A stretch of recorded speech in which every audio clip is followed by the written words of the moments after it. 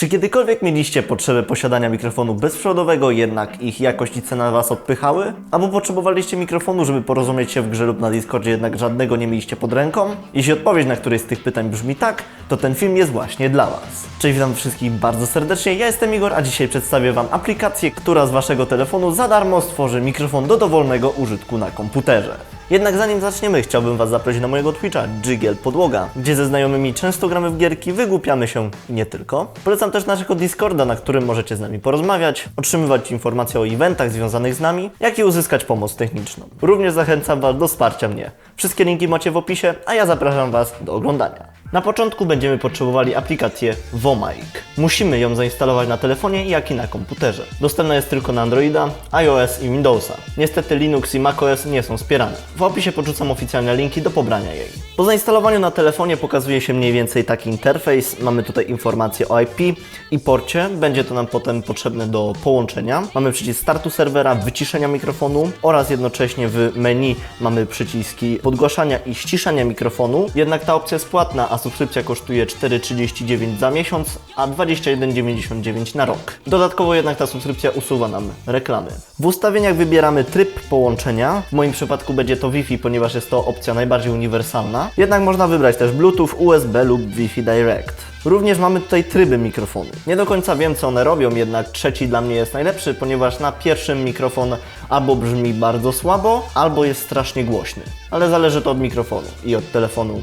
Od wszystkiego w sumie. Musicie po prostu się pobawić tymi opcjami sami, żeby wybrać najlepszą dla siebie. Ważne jest to, żeby po skończonej konfiguracji po prostu włączyć serwer. Wtedy kropka nam się zmieni na kolor niebieski, oczekując na połączenie. Teraz na komputerze otwieramy aplikację. Wyskakuje nam takie okienko i żeby połączyć się z urządzeniem, wystarczy kliknąć Connection i Connect. Wybieramy typ połączenia, w moim przypadku to Wi-Fi i wpisujemy tutaj ten adres IP, który wyświetla nam się na głównym ekranie w aplikacji na telefonie.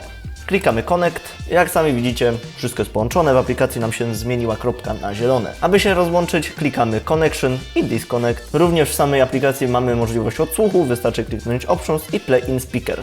Wtedy powinniście słyszeć mikrofon z telefonu w swoich słuchawkach. I to tak naprawdę tyle. Teraz tego mikrofonu możemy użyć w dowolnej aplikacji, tak naprawdę na naszym komputerze. Jak sami widzicie, kiedy mówię, po prostu w systemie już nam się pokazuje dźwięk.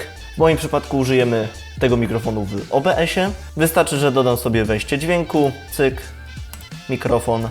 I jak sami widzicie, w tym momencie już mikrofon jest wykrywany. Jeśli przybliżę się do mikrofonu, no to po prostu wyskakuje na czerwono. Teraz tak naprawdę mogę odejść od komputera i po prostu będzie mnie słychać. Jakość według mnie jest całkiem niezła, tak samo jak opóźnienie czy artefakty.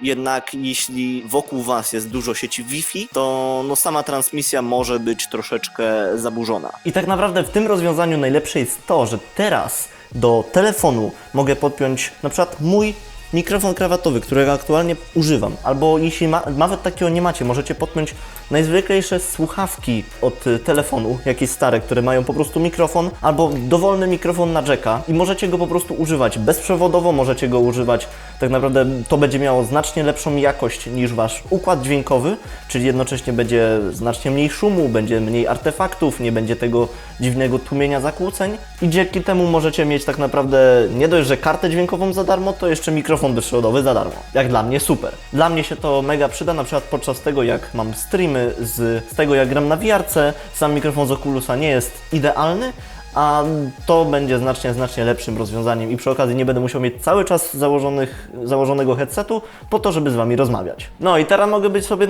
tak naprawdę dowolnie daleko od komputera, oczywiście w zasięgu Wi-Fi, no i mogę sobie po prostu chodzić, gadać.